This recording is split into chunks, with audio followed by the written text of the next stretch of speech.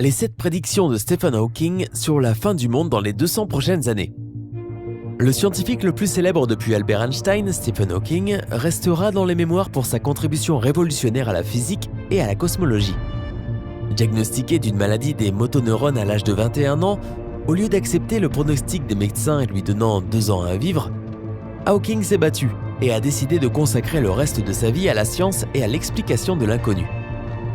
Bien que ses découvertes aient été profondes et inspirantes, sa vision de l'avenir de la Terre et des humains est extrêmement pessimiste. Voici quelques-unes des prédictions les plus terrifiantes de Hawking sur la fin de notre monde. 7. Les vaccins génétiquement modifiés vont se retourner contre nous.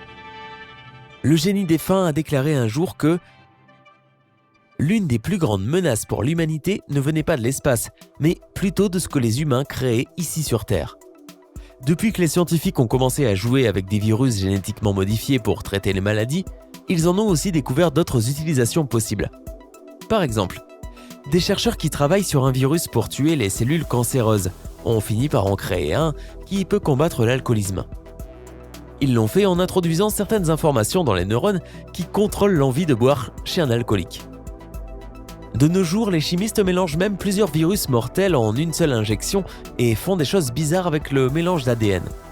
Prenons l'exemple du vaccin Rotatech. Il a été mis au point pour protéger les enfants des rotavirus et beaucoup de bébés en reçoivent 3 doses avant l'âge de 6 mois. Mais ce qu'on ne dit pas, c'est que ce vaccin a été obtenu en croisant de l'ADN humain avec de l'ADN de vache. De plus, les bébés sont alors 2 fois plus susceptibles d'attraper la grippe au cours des 2 semaines suivant l'injection. Même si les intentions des chercheurs sont louables, le problème est que nous ne savons pas encore avec précision quels dommages à long terme ces mélanges de vaccins pourraient entraîner. Mais chaque fois que quelqu'un essaie d'avertir l'opinion publique des dangers de certains vaccins, la pensée dominante l'emporte. 6. Les aliens vont envahir notre planète. Tiens, nouvelle lampe, belle table. Oh chouette, un grand canapé. Hawking croyait fermement en la vie extraterrestre et il était convaincu que les extraterrestres finiront par envahir notre planète. Et malheureusement, ils ne viendront probablement pas en paix.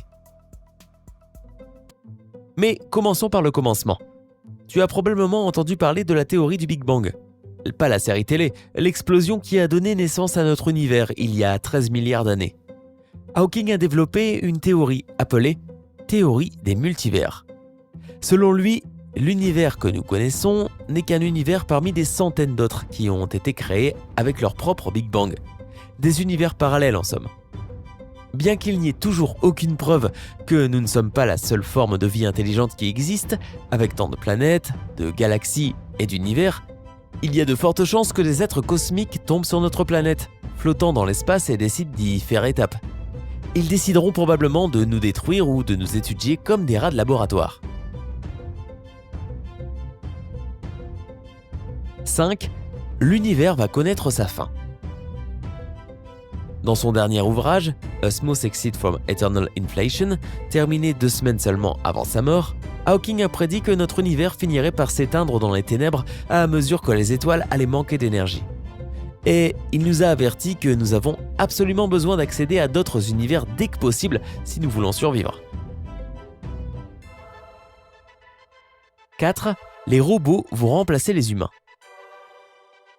Bien que Hawking dépendait fortement de l'intelligence artificielle pour vivre, il ne lui faisait pas du tout confiance. Il a déclaré un jour qu'il pourrait s'agir de la pire invention de l'histoire de notre civilisation, car elle remplacera probablement les humains. Bien que l'intelligence artificielle que nous avons développée jusqu'à aujourd'hui soit extrêmement utile, Hawking a averti que la poursuite du développement de cette technologie pourrait être une erreur fatale si nous ne prenons pas conscience des risques qu'elle pourrait entraîner. Il a prédit qu'une fois que les humains auront perfectionné l'intelligence artificielle, elle prendra son indépendance et s'auto-développera à un rythme de plus en plus rapide. Cette nouvelle forme de vie pourrait finir par surpasser les humains, voire décider de s'en débarrasser. Hawking était persuadé qu'il n'y a pas de différence significative entre ce dont un cerveau humain est capable et ce qui pourrait être obtenu par l'intelligence artificielle.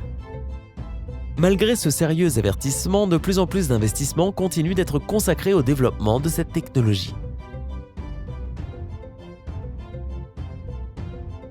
3. Les armes nucléaires vont détruire l'humanité.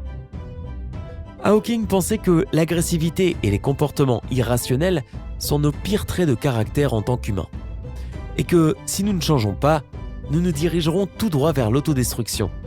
Pourtant, il n'y a aujourd'hui toujours aucun signe de diminution des conflits.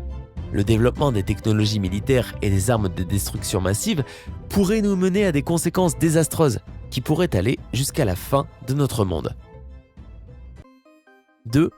Nous allons devoir trouver une autre planète à coloniser.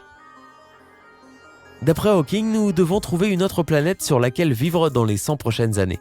Sinon, nous disparaîtrons en tant qu'espèce, car la Terre a déjà atteint son point de non-retour. Pour résoudre les problèmes tels que la surpopulation et la rareté des ressources qui en découlent, les épidémies et la pollution, nous devrons trouver de nouveaux mondes et devenir une espèce multiplanétaire.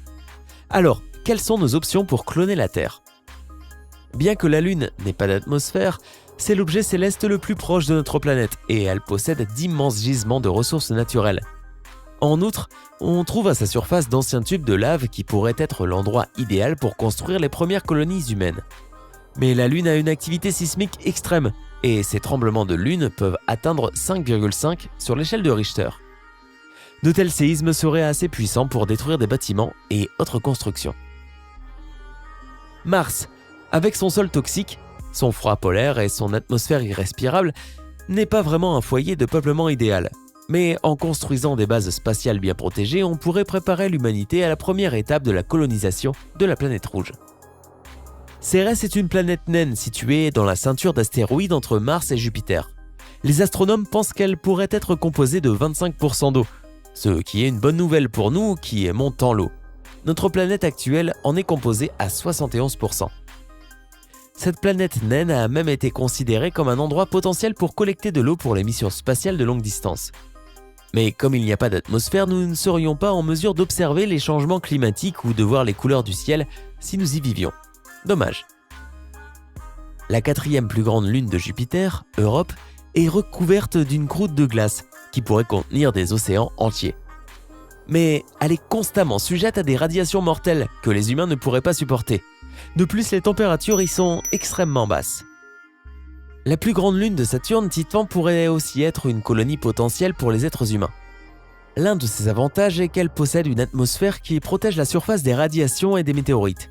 En revanche, cette atmosphère est composée à 95% d'azote, 5% de méthane et 0% de ce que nous respirons, l'oxygène. En revanche, on n'aurait pas besoin de combinaison spéciale pour sortir. Une protection contre le froid et un masque respiratoire suffiraient.